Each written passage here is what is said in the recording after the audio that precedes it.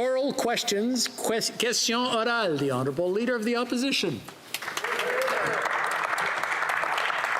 Mr. Speaker, 63,000 job losses in December, twice what economists predicted. 213,000 job losses in January, almost 4 times more than expected.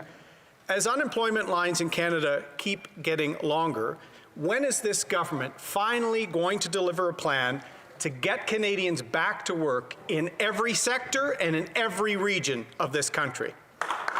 Honourable Prime Minister. Mr. Speaker, since the beginning of this pandemic, we made a simple promise to Canadians that we would have their backs as we made it through.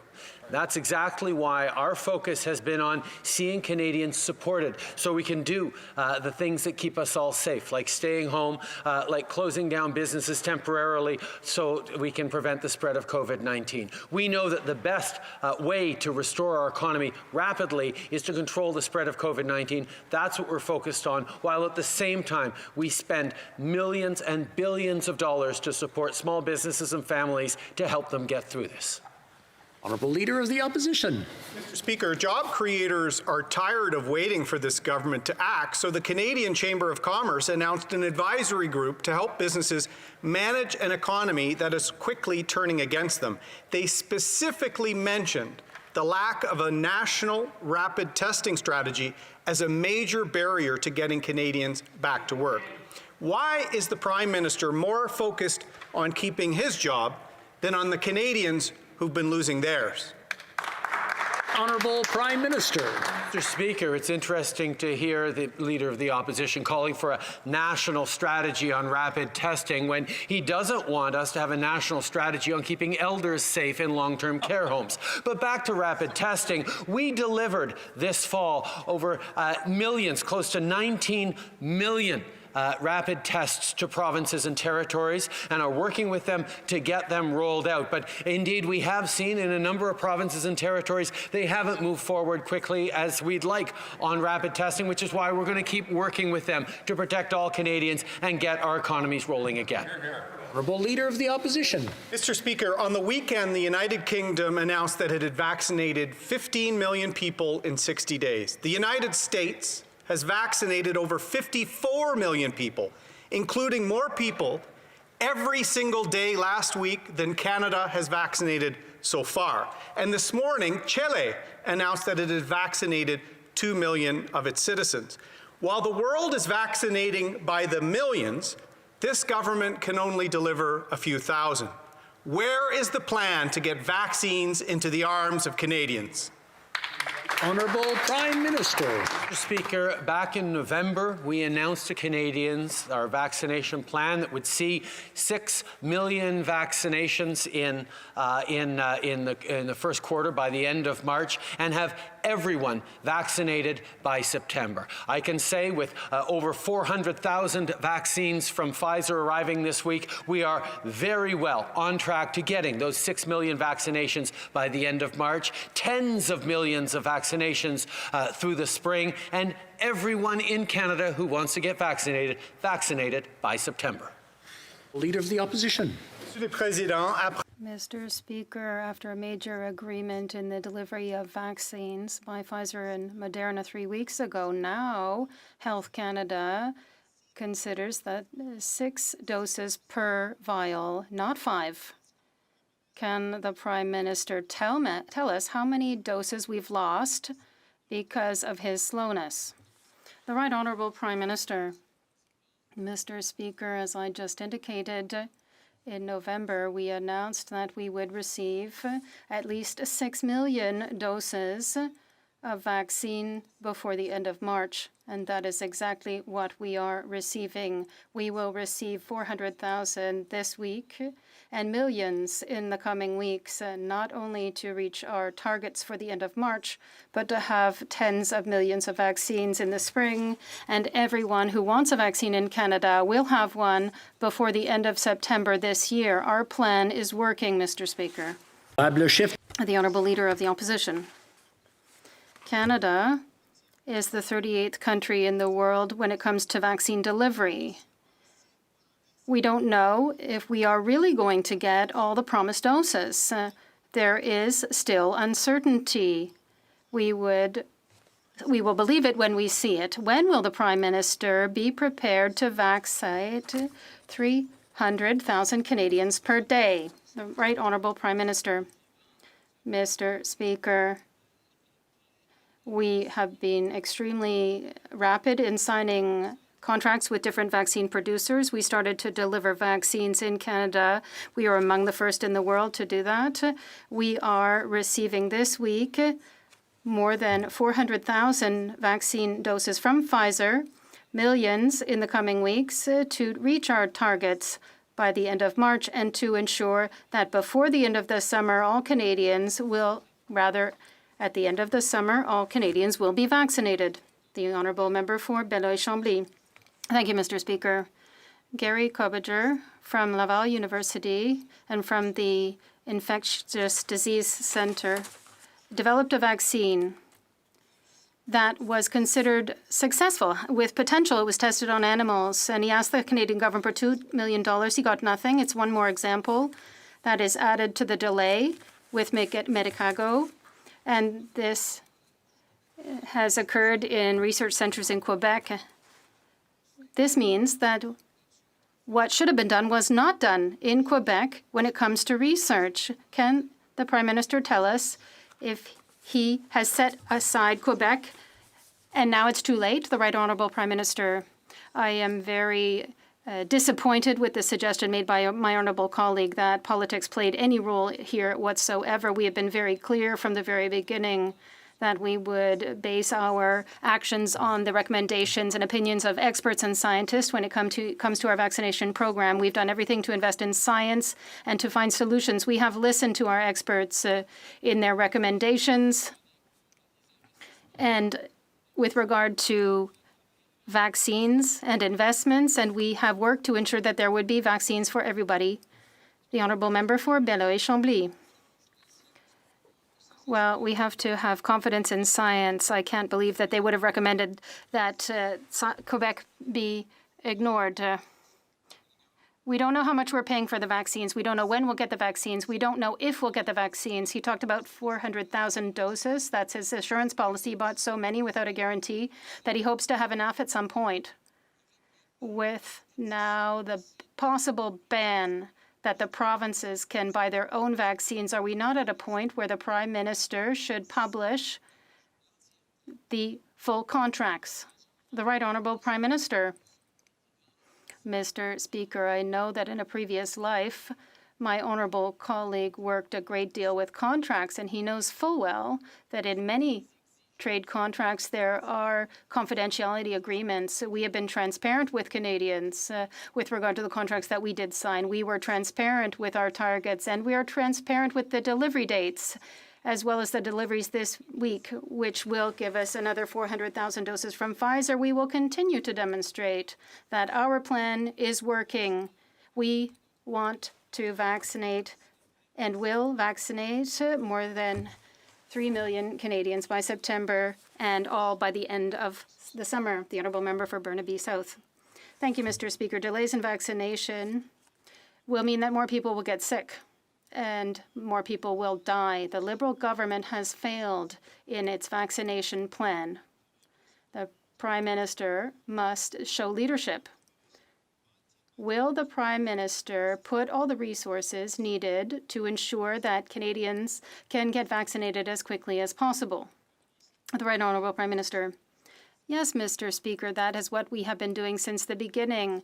We have put all the resources required at our disposal in order to vaccinate the most Canadians possible as quickly as possible. That is why I'm very reassured to be able to tell people that we will reach our targets for the end of March. Of 6 million doses from Pfizer and Moderna, that we will get tens of millions of doses in the spring, and that we will have vaccinated everybody who wants to get vaccinated by the end of September. Be South. The Prime Minister needs to stop hiding behind jurisdictional excuses and do everything necessary to vaccinate everyone. We live in a country of nearly 38 million people. To vaccinate everyone is going to take a colossal effort. So will the Prime Minister start showing leadership by committing today that the federal government will fund federal vaccination sites across this country to vaccinate as many people as quickly as possible. Honourable Prime Minister. Mr. Speaker, unlike the NDP, apparently, we understand Canada's Constitution and respect provincial responsibility on healthcare delivery. We have worked hand in hand with them from the very beginning to deliver vaccines for Canadians. We are moving forward on supporting the provinces as they vaccinate and as we brace for the big lift, the moment in which tens of millions of vaccines will be arriving in Canada, and we're going to need to work very quickly to vaccinate everyone. We will be there for Canadians as we have from the beginning. The Honourable Member for Abbotsford. I believe you're on mute. There we go. Mr. Speaker, business investment is the lifeblood of our Canadian economy. Yet under this Prime Minister, investment in factories, machinery, and new technologies has declined dramatically. The Financial Post reports that this Prime Minister has presided over the worst business growth of the past 5 Prime Ministers. Today, domestic and foreign investment is at an all-time low. Does the Prime Minister recognize that our country has a serious competitiveness problem? Honourable Minister. Thank you, Mr. Speaker. Let me start by congratulating the Honourable Member for Abbotsford on his recent appointment as his party's critic for finance. He and I worked together in our previous roles in trade, and I look forward to working with him in this new role. And let me take this opportunity, Mr. Speaker, to encourage the Honourable Member and all members of his party to end their delaying tactics on Bill C-14, to wrap up the debate at this stage, and to move this legislation, which is really important in our fight against COVID, to the Finance Committee so it can do its work.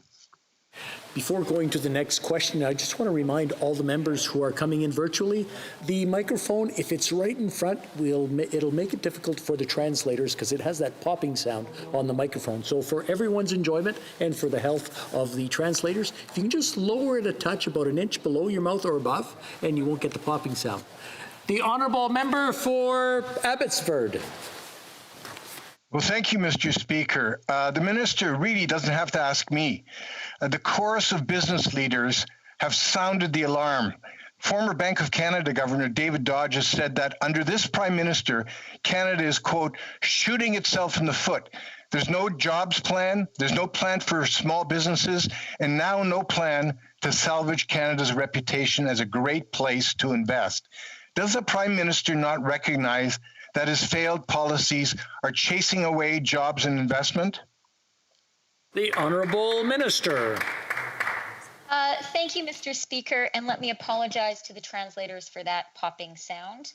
I'm grateful for the question, Mr. Speaker, because it gives me the opportunity to highlight the report that the IMF released today on Canada's economy.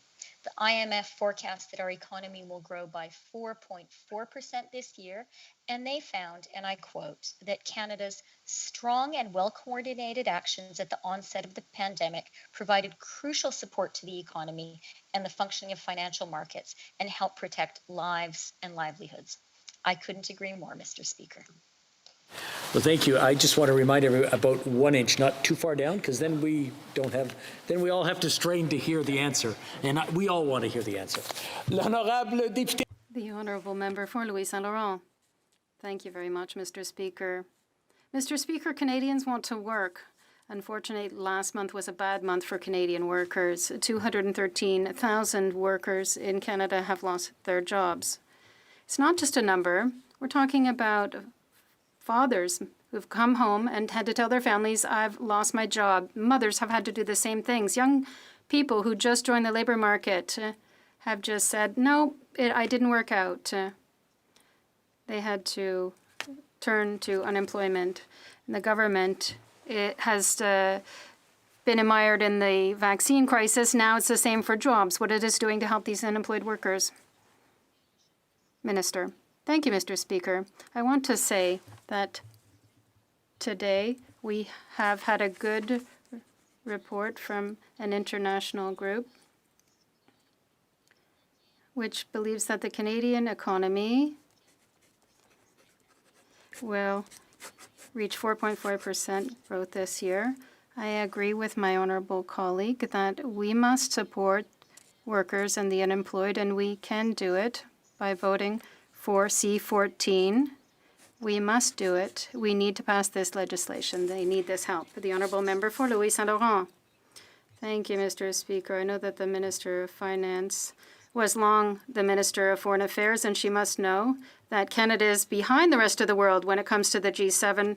We have the highest unemployment rate. That's the reality. We're far behind the UK, which has barely 5% unemployment, US 6%. We're almost at 10%. At the same time, the minister is saying, yes, it's going to happen. The OECD says things are going to go better. And Canadians want concrete actions. Now, what is the government's plan to put Canadians back to work?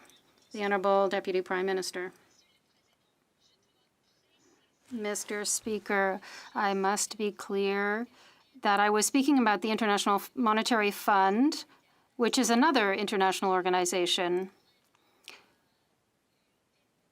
which had positive words for what our government is doing. With regard to the unemployment rate now, I must say that 71% of workers who lost their jobs during the crisis have already recovered it now. It's much better than we've seen in the U.S. Kelowna Lake Country. Mr. Speaker, the Biden administration's Buy American policies are set to disrupt supply chains between Canada and the United States. The government needs to go to the table now with the United States to prevent these supply chain disruptions and putting our businesses at risk. We need to protect jobs that rely on them. In cities like Mississauga and Windsor, many sectors will be affected by these Buy American policies. What is the government doing to secure Canadian jobs? The Honourable Minister. Mr. Speaker, I want to thank the honourable member for that question, and I want to assure her and Canadians that our government will always stand up for Canadian businesses and our workers. Canada and the United States have agreed to consult closely, also to avoid any measures that could constrain bilateral trade and economic growth between our two countries. I want to remind the member that Canada is the largest export to the U.S., buying more than from the U.S. than China, Japan, and the UK combined. Canada is the #1 customer in more than 32 states. We're going to take a Team Canada approach to ensure that Canadian interests, Canadian jobs are absolutely top priority. Thank you, Mr. Speaker. For Kelowna Lake Country. Well, Mr. Speaker, Buy American policies haven't come out of left field. They were in the Biden administration's election platform. And the fact is that the language in these policies are much stronger than anything we've ever seen before coming from the United States. Manufacturers have already warned that this could result in them having to move south and take their business there. There are jobs at risk. Canadian jobs will be affected by these Buy American policies. What's the plan? The Honourable Minister. Mr. Speaker, to Canadian businesses and workers, I want you to know that our government is actively engaging with our American counterparts at all levels, and we're always going to stand up for the best interests of Canadians. The Prime Minister raised this in his discussion with President Biden, and also spoke with Vice President Harris about strengthening this trade relationship to avoid any unintended consequences of the Buy American policies for the benefit of both countries. We're always going to take a Team Canada approach, working with Canadian businesses, our exporters, our manufacturers, our industries, just as we have done the last 5 years, and we're going to keep doing this in the interest of Canadian jobs. Le député de la Prairie. The Honourable Member for La Prairie. We continue to fall. Canada is now 52 in the world when it comes to vaccination rates. Instead of waiting for foreign companies to provide us with their product, we could have used doses created in Quebec. Yes, world-renowned experts from the University of Laval had created a vaccine that seemed to work. Furthermore, they did it at the start of the pandemic. They even got to the last stage, the testing, but the government said that it wasn't interested and refused to fund the $2 million they needed. It's incredible. Why did the government turn its back on Quebec science? The Honourable Minister. Monsieur le Président. Mr. Speaker, I want to thank my honourable colleague for the question. Mr. Speaker, let's set the record straight. On March 11th, the World Health Organization declared there was a pandemic. On March 23rd, 12 days later, we announced millions to support the biomanufacturing sector, and we also announced $600 million additional dollars about a month after the pandemic was declared. We have invested more than $800 million to support biomanufacturing in Canada, including Quebec companies like Medico, where we invested more than $170 million to provide vaccines to Canadians in the future. The honourable member for La Prairie, $800 million, but not $2 million for an innovative project like this. The UK didn't have the massive production capacity either, but they didn't throw in the towel. No, they didn't say it was too difficult. They rolled up their sleeves and they increased their production capacity. Today, they're heavily vaccinating their citizens, and Canada is awaiting its turn. Quebec researchers just wanted $2 million out of the $800 million. How could the government miss the boat so greatly? The Honourable Minister. Mr. Speaker, I thank my honourable colleague for the question. I have a great deal of respect for Quebec researchers and even the laboratory in question. I've already visited, Mr. Speaker, but to set the facts straight, we invested over $160 million. And in addition to that, we also invested in Medico and a number of other countries in Montreal and Quebec. Mr. Speaker, we made investments, structural investments in the industry. We'll continue to invest in R&D and marketing the vaccines in the country. Centre. Mr. Speaker, during a disastrous interview this weekend, a representative of Huawei Canada, Morgan Elliott, could not, on behalf of the company, either condemn the treatment by the Chinese government of detained Canadians Michael Korvig and Michael Spavor, nor could he explain why Huawei patent technology was being used in the Uyghur detention camps. The words are written all over the walls. It's time to ban Huawei. Why is this government continuing to drag its feet? Minister. Mr. Speaker, I'd like to thank the honourable colleague for the question. Mr. Speaker, as we've said many times, we will be guided in our decision when it comes to 5G in Canada by national security, Mr. Speaker. We're not going to be dictating any timetable by the opposition, but we have said it time and time again that what's going to dictate our decision, Mr. Speaker, is national security. We understand that 5G is going to have a tremendous impact for generations to come, and Canadians rest assured that this government will take the appropriate decision to make sure that we make the best decision in the interest of all Canadians for generations to come. The honourable member for Edmonton Centre. Well, Mr. Speaker, the Canadian representative said in the interview that the Huawei executive, Meng Wanzhou, has done nothing wrong, suggesting that her detention in a $13 million Vancouver mansion is the exact same as the containment of the two Michaels in China. All the while, the government has partnered with Huawei to the tune of almost $5 million to fund university research here in Canada. How can this government claim to take human rights seriously while Huawei equipment is being used by the Chinese government in Uyghur detention camps? Honourable Minister. Mr. Speaker, I am very pleased to answer that question from the member. An experienced member like him, Mr. Speaker, should know, like members in this House know, that the Natural Sciences and Engineering Research Council is responsible for the administration of the Alliance grants. Grants have been awarded through an independent process, which is managed at arm's length from the government. But further, last September, Mr. Speaker, we did publish a policy statement on research security, which included instructing the federal granting councils to review their security policies, Mr. Speaker, so that Canadian researchers can appropriately protect their work. Thank you, Mr. Speaker. The honourable member for Wellington, Halton Hills. Mr. Speaker, Canada has long been a world leader in human rights and dignity, but today Canada is silent. Some 75 years ago, Canada liberated Europe from the tyranny of Nazism with blood and treasure. Some 35 years ago, Canada took a principled stand against apartheid in South Africa. Will this government recognize that a genocide is taking place against the Uyghur people and other Turkic Muslims in China? Honourable Minister. Mr. Speaker, as my colleague will know, our government has always taken a very principled approach with respect to the violation of human rights. We are gravely preoccupied by the allegations of mistreatment of Uyghurs and other ethnic minorities in the Xinjiang area, and we are looking at all of the available evidence. In the meantime, we have urged China to allow experts into the country to examine the situation so that they can see for themselves what is actually being alleged and committed. Honourable Member for Wellington, Halton Hills. Monsieur le Président. Mr. Speaker, many reports have concluded that there is a genocide underway.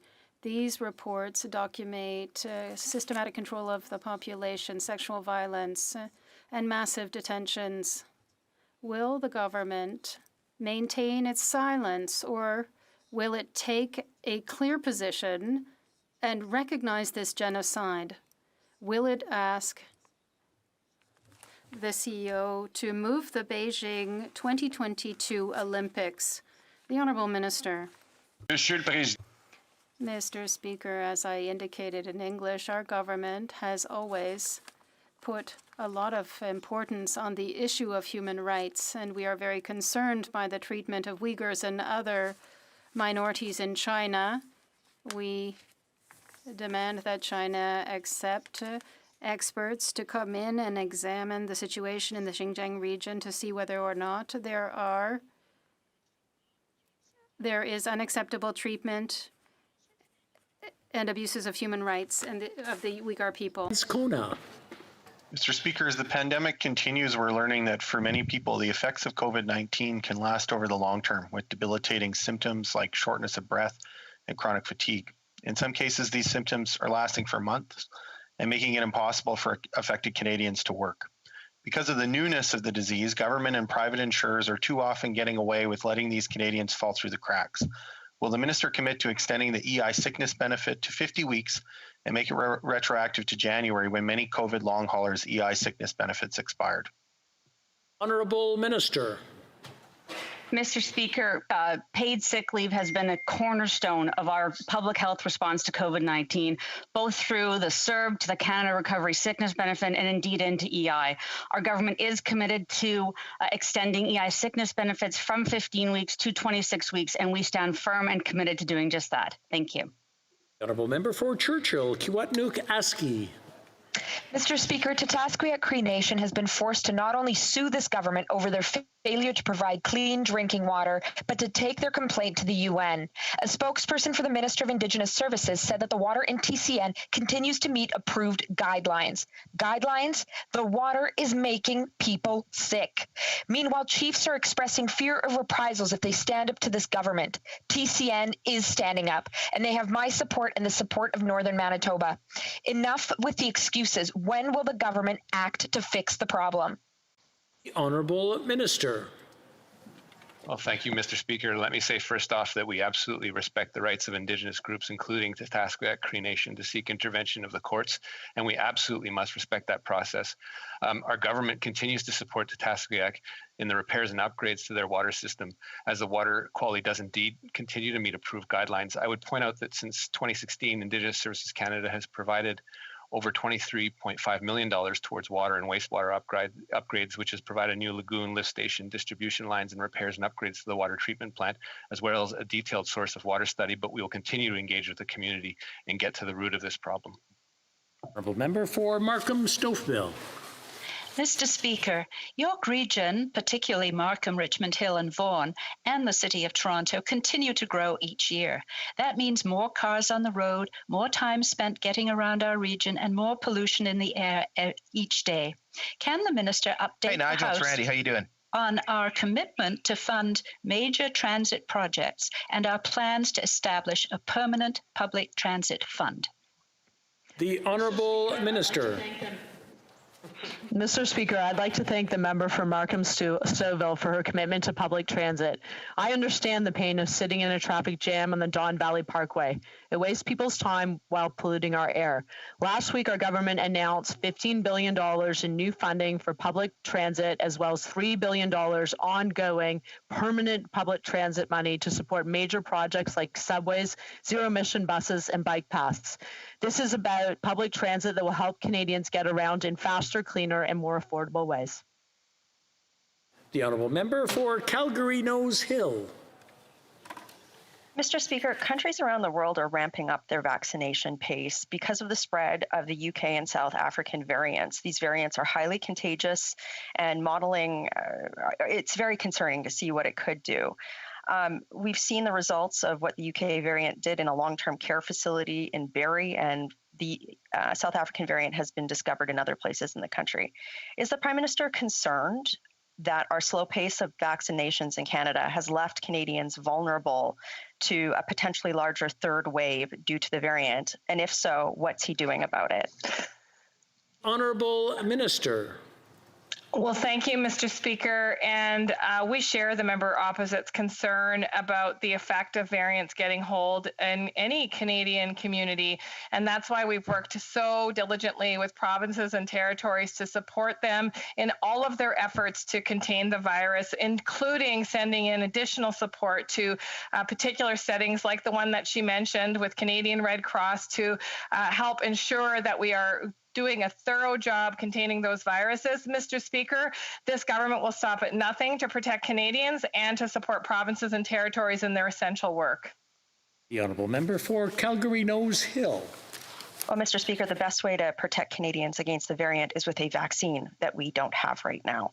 Now, other countries around the world have actually slowed and stopped their vaccination programs that have been using the AstraZeneca vaccine because of its reported ineffectiveness against variants. As well, Novavax, one of the candidates that the government has signed contracts with to be produced here in Canada, also has severe concerns about the effectiveness against variants. So we don't have mRNA capacity really in Canada right now. The government isn't working with companies that do have it. We're slow to receive those vaccines. If Novavax and AstraZeneca don't work against the variants, and we don't have mRNA capacity, what's Plan B? Honourable Minister. Well, thank you very much, Mr. Speaker. And first of all, we do have mRNA vaccines, 2 of them to be precise, and they're 90% effective. In fact, the manufacturers are very confident that they're also effective against the variants. And those are the ones, in fact, that will be receiving more of each and every week, including this week, 400,000 from Pfizer, an additional 400,000 the week after, et cetera. And Mr. Speaker, I am very confident in the work of the Health Canada regulators to make sure that whatever is approved for use in Canada will be safe and effective. Le député de Charlebourg-Haute-Saint-Charles. The honourable member for Charlebourg-Haute-Saint-Charles. Mr. Speaker, the CEO of Solstar wrote to the Minister of Innovation and said, "We tried to get things moving in Canada, but without much luck. We were unable to access any funding or key strategic partnerships to get into Canadian labs." You see, Mr. Speaker, Canadian companies can do the job. The fact that TriLink in San Diego was quick to partner with Solstar is clear proof. Why did the minister neglect Solstar? The Honourable Minister. Mr. Speaker, first of all, I'd like to thank my honourable colleague for his question. As I said earlier, Mr. Speaker, we've invested in an unprecedented way very shortly after the pandemic started. We've done a lot to support the biomanufacturing industry. So a month after the pandemic started, we'd invested some $800 million. Mr. Speaker, I would invite my colleague to encourage the CEO of the company he was talking about to get in contact with me. We're happy to speak to everybody, and we're willing to support Canadian companies. We already have supported a number of them, and we will continue to. Now, member for Charlebourg-Haute-Saint-Charles. Mr. Speaker, another question is raised by Dr. Gary Kobinger, who walked out on the COVID-19 vaccine task force in reaction to comments from the Liberal government, suggesting Canada doesn't have the brains to develop COVID vaccines. And the minister also said that to set up a new vaccine factory, you need expertise. And Kobinger said this was the insult of the last 10 years. The Liberals often speak highly of Canadian know-how, but why don't they support it? The Honourable Minister. Mr. Speaker, I'd like to thank my honourable colleague for his question, and I can reassure him that we have a lot of respect for Canadian scientists and know-how. I've visited a number of labs. Let's set the record straight, Mr. Speaker. We've made historic investments in biomanufacturing in Canada. Let me just name some of the companies that we've supported. Innovaccine Technologies in Nova Scotia, Endos Pharmaceuticals in Alberta, Providence Therapeutics in Alberta, Simvivo, which is in BC, Biodextrix, and Clicovax in Montreal. Mr. Speaker, we will continue investing. The honourable member for Beauport-Limoilou. Thank you, Mr. Speaker. It's been 10 years since the federal government hired Irving Shipyards to build frigates, but the work still hasn't even started. We now know the first ship won't be ready until 2031 at the earliest, 10 years down the road. Imagine, Mr. Speaker, not a single ship built in 20 years. Meanwhile, Davie Shipyard, the best in North America, has been snubbed. When will the government finally realize that the only intelligent fix for 20 years of delay is to give Davie Shipyards its fair share of the contracts? The Honourable Minister. Monsieur le Président. Mr. Speaker, Davie Shipyards is a strong partner and a reliable one. They make considerable efforts to help our government get results for Canadians. Davie Shipyards was excluded from major contracts by the previous government, but we've given them over $2.4 billion worth of contracts to this Quebec company. We support shipbuilding in Canada and its workers from coast to coast to coast. Thank you, Mr. Speaker. The honourable member for Beauport-Limoilou. Mr. Speaker, the exclusion of Davie Shipyards, and it is a shipyard, and the amount given is a far cry from the $60 billion in shipbuilding, and that's what the total cost will be. In excess of the $26 billion originally awarded in contracts. That's more than the total health care budget in Quebec, just the overruns, $1,000 per Canadian. That's what it costs to snub the best shipbuilder in North America, Davie Shipyards. When will the government give Davie Shipyards and Quebecers some of the work? The Honourable Minister. Mr. Speaker, that's not true. Not at all.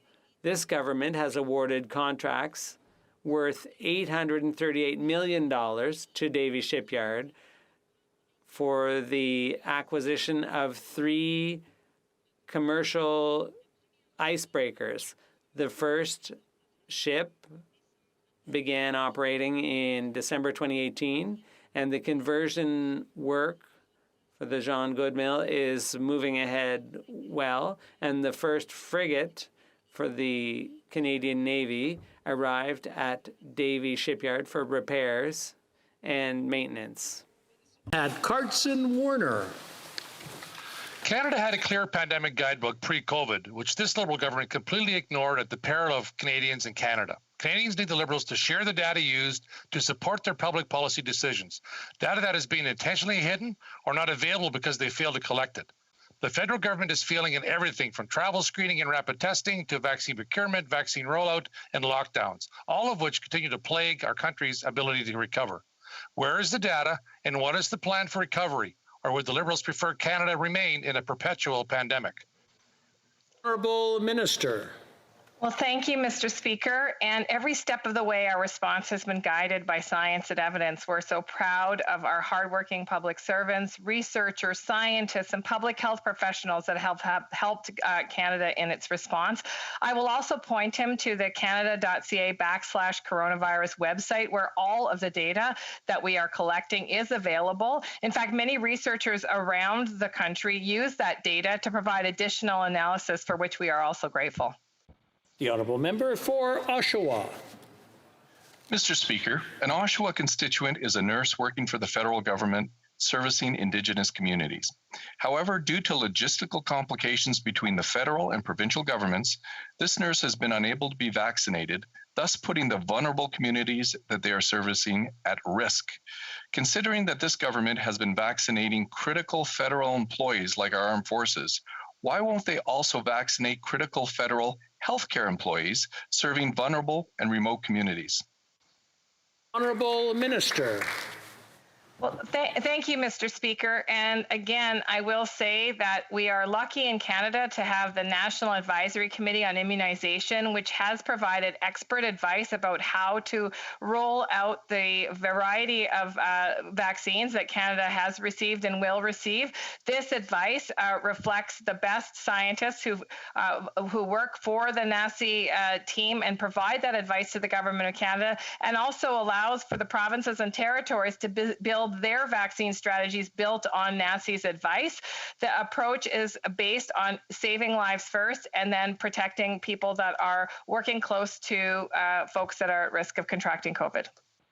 Member for Red Deer Mountain View. Thank you, Mr. Speaker.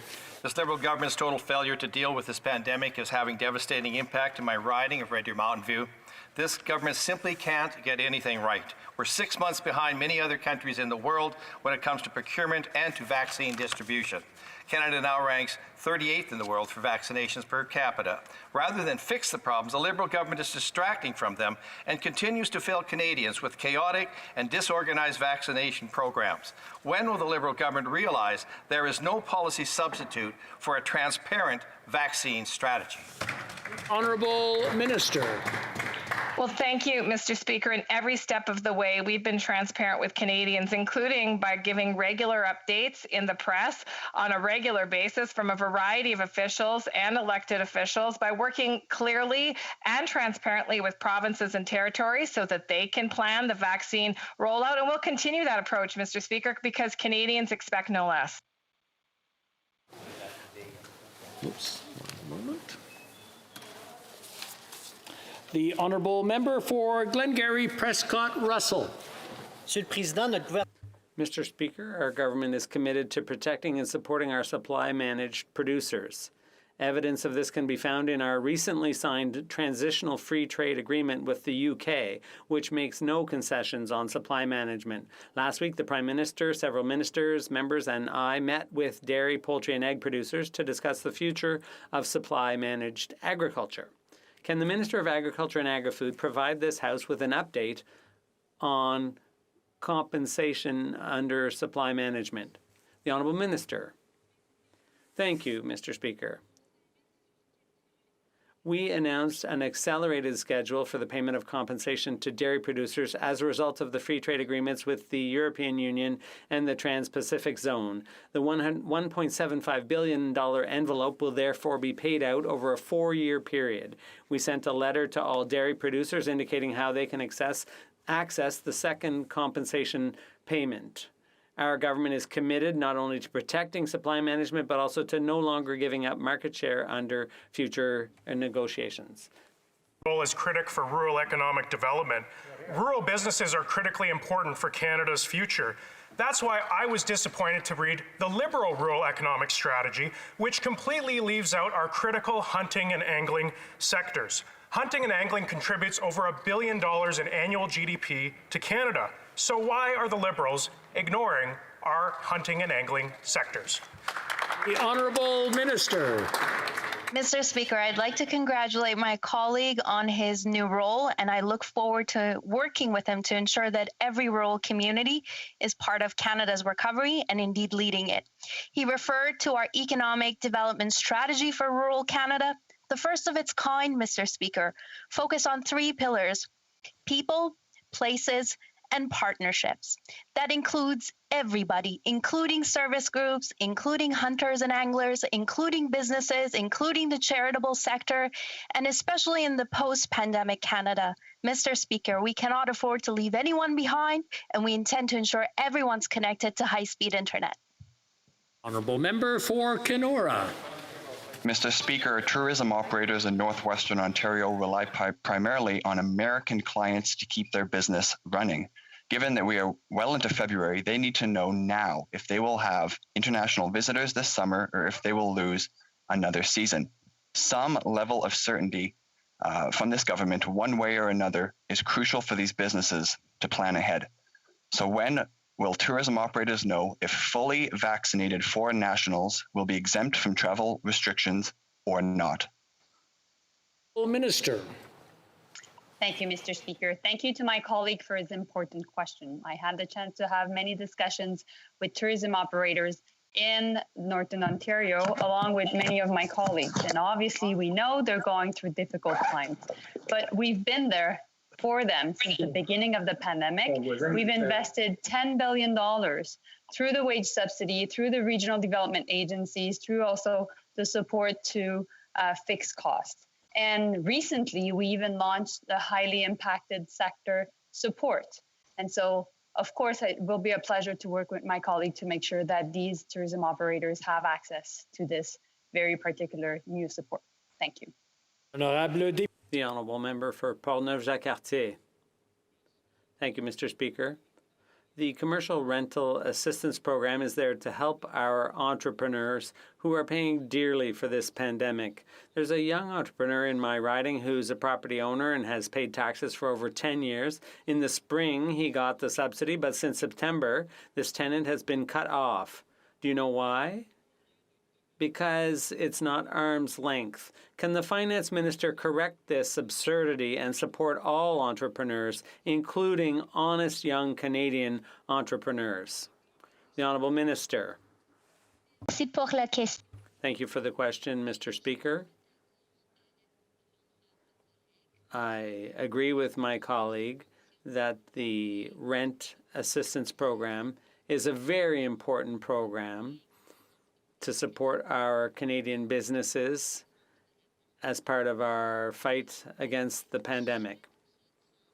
With each and every program we have, for example, the Rental Assistance Program, we have to be sure that the program is helping as many businesses as possible, while at the same time maintaining the integrity of the program.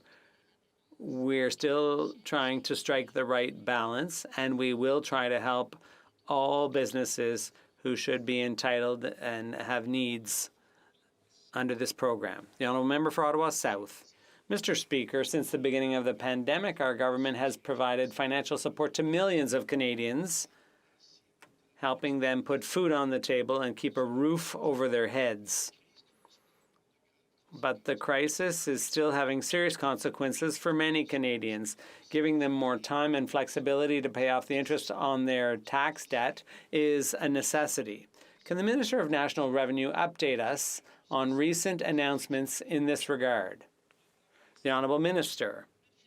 Thank you, Mr. Speaker. I'd like to thank my colleague for Ottawa South for his question and his hard work. Indeed, I announced last week that Canadians who received COVID-19 related financial support benefits and who earned less than $75,000 in taxable income will not have to pay interest on their 2020 tax debt until 2022. This measure will give millions of Canadians the flexibility and peace of mind they need to get through this difficult time until they can get back on their feet. Thank you, Mr. Speaker.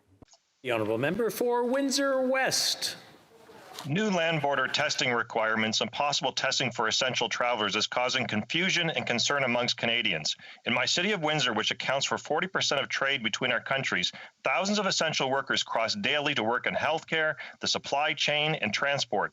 For months, I have called for rapid testing and a comprehensive plan for our border crossings that keeps it moving, safe, and builds public confidence. When will this government act on rapid testing, vaccinate CBSA officers, and vaccinate essential workers instead of causing confusion in the community? Why don't you just act and protect Canadians? The Honourable Minister.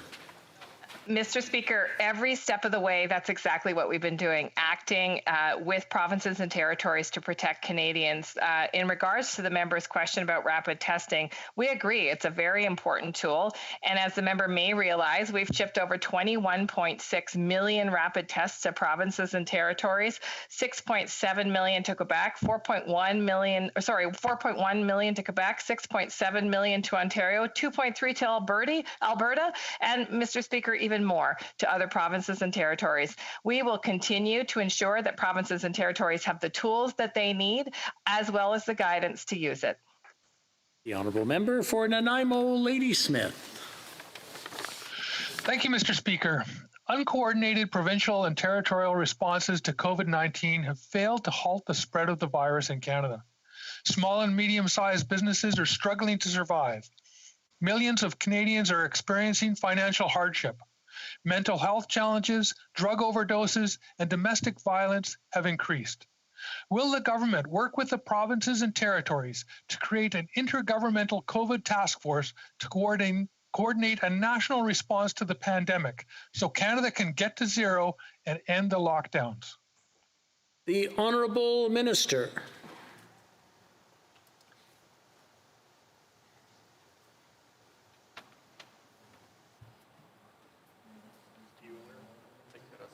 The Honourable Minister. Sorry about that, Mr. Speaker. You'd think we'd be beyond unmuting. Well, first of all, thank you to the member for the question, and all Canadians have been working incredibly hard and sacrificing a lot to get through the pandemic, and I want to thank all Canadians for their enormous efforts. We already have an intergovernmental coordinating committee, Mr. Speaker. It's called the Special Advisory Committee, and all members of all medical officers of health from all across the country work together as professionals, as doctors, to guide our country's response. And of course, that's led and chaired by our incredible Dr. Tam to make sure that we have consistency and cohesion for the guidance that we provide to Canadians, as well as the efforts that we take in procurement, in research, and in various other aspects of managing COVID. That has served us well and will continue to support provinces and territories through that mechanism and many other strategies and tables that meet.